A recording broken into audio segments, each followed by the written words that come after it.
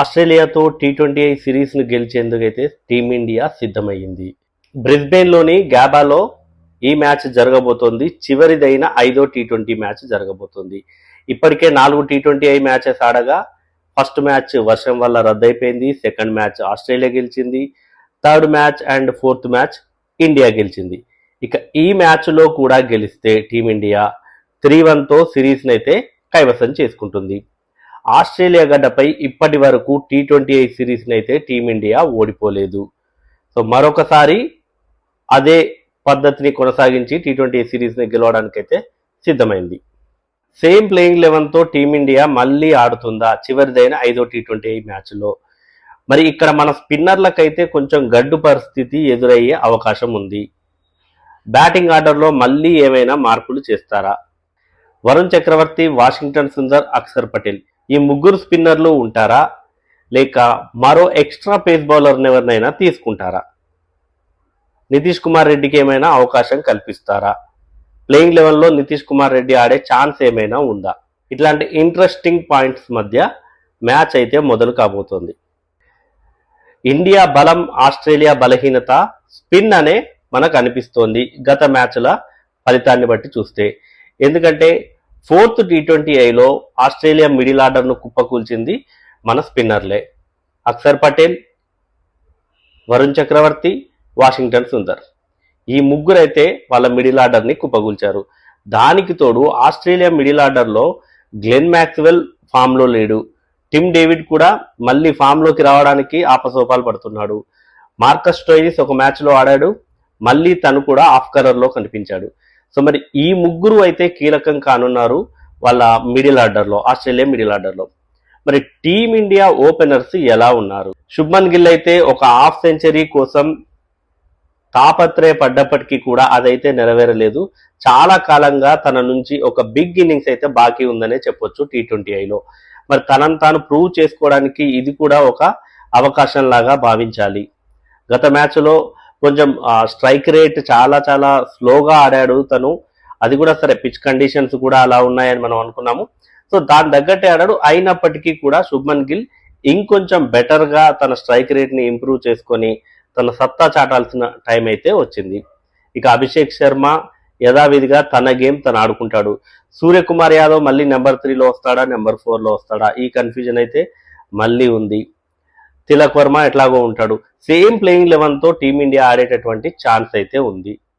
GABA pitch పేస్కి బౌన్స్కి చాలా అనుకూలమైనది, ఇది అందరికీ తెలుసు. అయితే మరి ఈ పేస్ అండ్ బౌన్స్ అనుకూలంగా ఉన్న చోట ఇండియా స్పిన్నర్లు రాణిస్తారా? ఇండియా స్పిన్నర్లు ఎంతవరకు ఆస్ట్రేలియా బ్యాటర్లను కట్టడి చేస్తారనేది అయితే చూడాలి. సో గాబాలో పేస్ అండ్ బౌన్స్కి అనుకూలంగా ఉన్నప్పటికీ కూడా రన్స్ ఫ్లో కూడా అలానే ఉంటుంది. మనం బిగ్ బ్యాష్ లీగ్లో చూస్తే కూడా హై స్కోర్స్ అయితే నమోదవుతాయి. మరి ఎంత పేసు ఎంత బౌన్స్ ఎక్కువ ఉంటే మన ఓపెనర్ అభిషేక్ శర్మకైతే అంత మంచిదని చెప్పొచ్చు. ఎందుకంటే తను పేసర్స్ని అలాగే అటాక్ చేస్తాడు, స్పిన్నర్లని అలాగే అటాక్ చేస్తాడు, అది తెలిసిన విషయమే. కానీ ఎంత వేగంగా వస్తే అంత వేగంగా బౌండరీకి పంపించగల కెపాసిటీ అభిషేక్ శర్మ దగ్గర ఉంది. అండ్ సూర్యకుమార్ యాదవ్ కానివ్వండి, తిలక్ వర్మ కానివ్వండి, సో వీళ్ళంతా కూడా మంచి హిట్టర్లు అయితే ఉన్నారు టీమిండియా దగ్గర.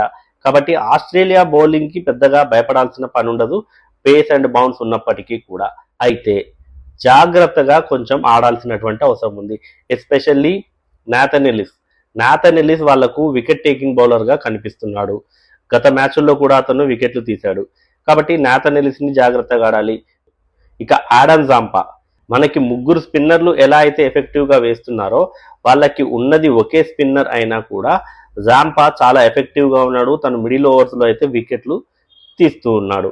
కాబట్టి జాంపా విషయంలో కూడా ఇండియా బ్యాటర్లు కొంచెం జాగ్రత్తగా ఆడాల్సినటువంటి అవసరం ఉంది.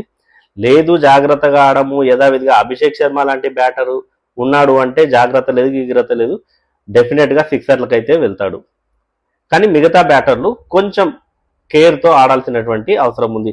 ఎందుకంటే ఈ మ్యాచ్ డిసైడింగ్ ఫ్యాక్టర్.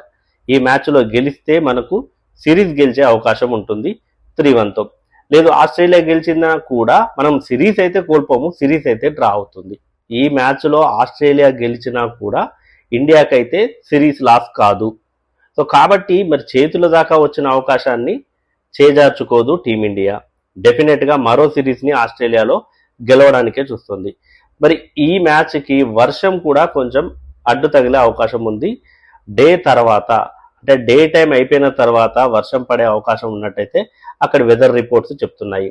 మరి ఒకవేళ వర్షం పడి కనుక మ్యాచ్ రద్దయినా కూడా ఇండియాదే సిరీస్ అవుతుంది. ఇండియా సిరీస్ గెలిచి T20 వరల్డ్ కప్ కి ముందు ఒక మంచి బూస్టప్ తో, ఒక స్వీట్ నోట్ తో ఇండియాకి వెళ్ళాలని అయితే భావిస్తుంది.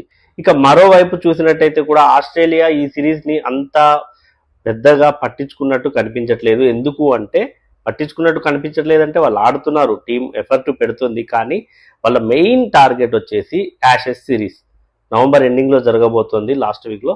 సో కాబట్టి వాళ్ళు యాషెస్ సిరీస్ కోసం అయితే సన్నద్ధమవుతున్నారు. వాళ్ళ మెయిన్ ప్లేయర్స్ అందరినీ కూడా అందుకే రెస్ట్ తీసుకున్నారు. జాస్ హేజల్వుడ్ పోయిన దగ్గర నుంచి కూడా వాళ్ళ బౌలింగ్ అయితే కొంచెం వీక్ గానే కనిపిస్తుంది. దీన్ని టీమిండియా హేజల్వుడ్ ఉన్నా లేకపోయినా సేమ్ అదే టెంపోతో ఆడుతుందనడంలో ఎటువంటి డౌట్ లేదు. మరి మొత్తానికైతే ఈ మ్యాచ్ లో గెలిచి సిరీస్ ను కూడా కైవసం చేసుకోవాలని టీమిండియా భావిస్తుంది. ప్లేయింగ్ 11 లో ఏమైనా మార్పు చేసే ఛాన్స్ ఉందా? మీరేమనుకుంటున్నారో కామెంట్ చేయండి.